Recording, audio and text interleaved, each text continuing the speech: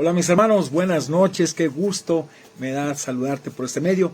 Espero que este inicio de semana sea de mucha bendición, sobre todo porque usted y yo en verdad tenemos la bendición de relacionarnos con el Dios verdadero a través de la oración, la lectura y la aplicación de su palabra, que estás todos los días. Sabe, es muy fácil identificar aquellas cosas, hermanos, que se vuelven nuestros dioses en nuestras vidas cotidianas. Siempre donde esté tu corazón, ahí estará tu tesoro, dice la Escritura. Y es muy sutil el concepto que tenemos de Dios, que pensamos que Él tiene que acomodarse a nuestra forma de pensar, actuar, a vivir. Sabe que eso no es posible, eso es un Dios creado por nosotros. El pensamiento del cristiano debe estar fundamentado, hermano, ¿sabe qué? En su palabra, no en nuestros razonamientos. Los conceptos que a veces manejamos distan mucho de la realidad de lo que Dios es. Pues pensamos que Dios aceptará, créame, lo que nosotros podamos hacer según nuestro criterio, sin pensar si esto es su voluntad. Hay santidad, hermanos, en lo que pedimos o hacemos, pues tenemos que verlo, porque realmente si no es así, no estamos viviendo para Dios, estamos viviendo para nosotros. Esta noche meditaremos en una porción del Evangelio según San Lucas, ahí en el capítulo 18, de los versículos 18 al 30. Y nuestro devocional de esta noche se titula Tus propios dioses te impiden acercarte al verdadero. Tus propios dioses que te has creado, en verdad nos impiden acercarnos al Dios verdadero. Pensamos que podremos engañar a Dios con cumplir ciertas reglas, ciertas normas, pero sin cumplir la verdad con lo que Él nos está pidiendo día con día. Por favor, pongamos atención, hermanos, a esta porción.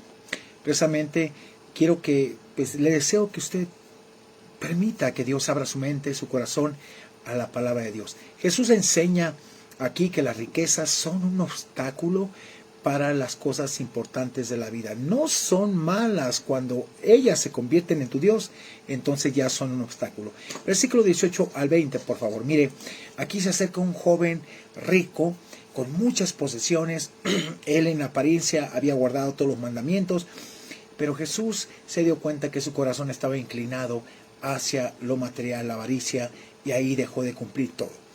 Dice, un hombre principal le preguntó, ahí dice, diciendo, maestro bueno, y le hace la pregunta, ¿qué haré para heredar la vida eterna?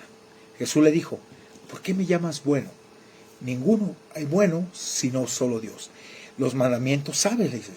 Bueno, tú sabes los mandamientos prácticamente. No adulterarás, no matarás, no hurtarás, no dirás falso testimonio, honra a tu padre y tu madre.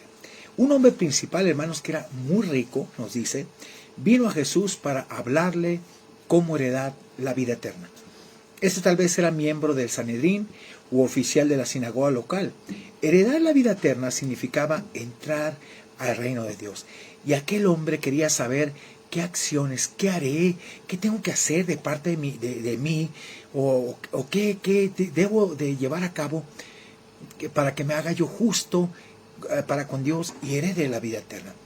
Había llamado a Jesús maestro bueno, y Jesús respondió que solamente Dios es bueno, es decir, solo Dios es justo, el hombre no es justo. Y aparentemente, hermanos, aquel hombre pensaba, fíjese, que Jesús había ganado una buena posición para con Dios por medio de las buenas obras. Jesús implicaba que si Él realmente es bueno, entonces es porque Él es Dios. Esta es otra de las veces en que Jesús afirmó que Él era Dios. Jesús respondió a la pregunta de aquel hombre, mandándole que guardara el séptimo, el sexto, el octavo, el noveno y el quinto mandamiento de Éxodo capítulo 20. Y cada uno de los cuales tiene que ver con las relaciones interpersonales. Hermanos, los primeros 4 de los 10 mandamientos tienen que ver con las relaciones del hombre con Dios. Veamos los versículos 21 y 22. Aquí, Él le dijo, Jesús, más bien el joven le dijo, todo esto he guardado desde mi juventud, desde el tiempo que se me enseñó, he guardado todos esos mandamientos que tú me has dicho. Pero Jesús obviamente nota algo. Veamos el versículo 22. Jesús oyendo esto le dijo, aún te falta una cosa. Si tú dices que lo guardas, bueno, te falta una cosa. Vende todo lo que tienes y dalo a los pobres y tendrás tesoro en el cielo, y ven y sígueme. Obviamente este joven estaba haciendo tesoros en la tierra, no en los cielos, y obviamente la avaricia, la codicia, la riqueza le estorbaba para entrar al reino de los cielos. La respuesta del hombre principal de que había guardado todos estos mandamientos de su juventud era probablemente cierta, hermanos. Quizá haya sido un ciudadano modelo. Y seguidamente Jesús le dijo una cosa más que necesitas hacer. Le dijo, era menester seguir a Jesús y para hacerlo tenía que dar sus bienes a los pobres. Y esta acción se relacionaba con el 10º mandamiento que hablaba contra la codicia y que incluye la idea, hermanos, de la avaricia y de apegarse a las cosas que son propias materiales, así como desear cosas que pertenecen a otros. Fue en este elevado punto que el hombre fracasó. El razonamiento de Jesús era claro. Primero, se debe guardar la ley perfectamente para heredar la vida eterna, cosa que nadie lo pudo hacer más que Jesucristo. 2, solo Dios es bueno, verdaderamente justo. Y 3, hermanos, bueno, por tanto, nadie puede obtener la vida eterna cumpliendo la ley. El único curso de acción que le quedaba al individuo para obtener la vida era seguir a Jesús y poner su fe y su confianza en él. Versículos 23 al 25. Dice, entonces él, oyendo esto, las palabras de Jesús, que tenía que dejar todo a los pobres, y como era demasiado rico, hermanos, se puso triste porque era muy rico, dice la Biblia. Su corazón, su mente, todo estaba enfocado en lo material. Ese prácticamente, perdóneme, pero esa era su Dios. Puede suceder contigo. Tal vez ese sea tu Dios. Es lo que te da seguridad, plenitud, te sientes pleno. Pero eso no significa, escúchame, ¿verdad?, que estés bien con Dios. La idea que tenían muchos judíos en aquel entonces era que si tenían cosas materiales, riquezas, Dios estaba con ellos. Era un enfoque muy, muy malo definitivamente. Y hermanos, veamos lo que dice aquí el versículo 24. Al ver Jesús que se había entristecido mucho, dijo, cuán difícil es entrarán, dice, en el reino de Dios los que tienen riqueza. Ahora, Jesús no le estaba bloqueando a la gente por sus riquezas, no, sino que ponía sus ojos en las posesiones. Había gente rica en aquel entonces que seguía a Jesús en ese aspecto, pero sus ojos no estaban en lo material. Y dice el 25, porque es más fácil pasar un camello por el ojo de una aguja que entrar un rico en el reino de Dios. El principal, este joven, no estaba preparado para dar ese paso. Precisamente contrastándolo con Zaqueo, Zaqueo se arrepintió de corazón y Jesús le dijo, sabes, hoy ha venido la salvación a tu casa. Y obviamente hubo un cambio. Este joven estaba más apegado a sus riquezas, hermanos, que a la idea de obtener la vida eterna. No, realmente no le interesaba. Sobre lo cual tan noblemente había preguntado al inicio de su conversación con el Señor. Jesús respondió que las riquezas son un obstáculo para obtener la vida eterna porque a menudo nublan el pensamiento de una persona sobre lo que es realmente importante en la vida.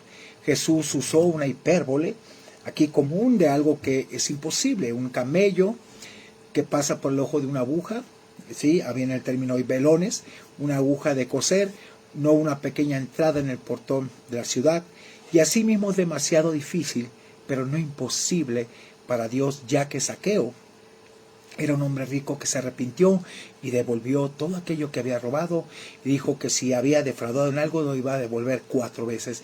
Y Jesús le dice a Zaqueo, hoy ha venido la salvación a tu casa. Hermanos, cuando Dios da riquezas, da también la sabiduría para administrar. Pero cuando la gente pone sus ojos en las riquezas y en esas se basa y eso le da descanso, le da paz, entonces ese es tu Dios. Versículo 26 y 27, por favor. Dice, y los que oyeron esto dijeron, ¿quién podrá ser salvo? Jesús les dijo claramente, lo que es imposible para los hombres, ¿sí? Ustedes lo creen de esta forma, es posible para Dios. Y Dios puede salvar a todo aquel que se arrepiente y viene a Él en arrepentimiento y pone su fe en Cristo Jesús. Hermanos, los discípulos estaban confusos. Tenían la idea equivocada, como los fariseos, de que las riquezas eran señal de bendición de Dios. Imagínense, Pablo entonces vivió mal, ¿no? Pedro, muchos. No, hermanos. Si una persona como el principal no podía ser salva, ¿sí? Precisamente, ¿quién pues podrá ser salvo? Jesús, con su respuesta, no eliminó a todos los ricos de la salvación. Hizo notar que Dios puede hacer lo imposible y más cuando hay un arrepentimiento y se pone su fe y sus ojos en Cristo. Y por último, los versículos 28 al 30, por favor.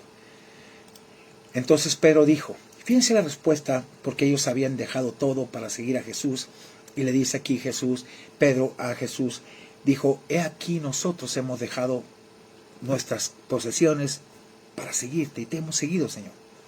Y Jesús le dijo, de cierto os digo que no hay nadie que haya dejado casa o padres o hermanos o mujer o hijos por el reino de Dios.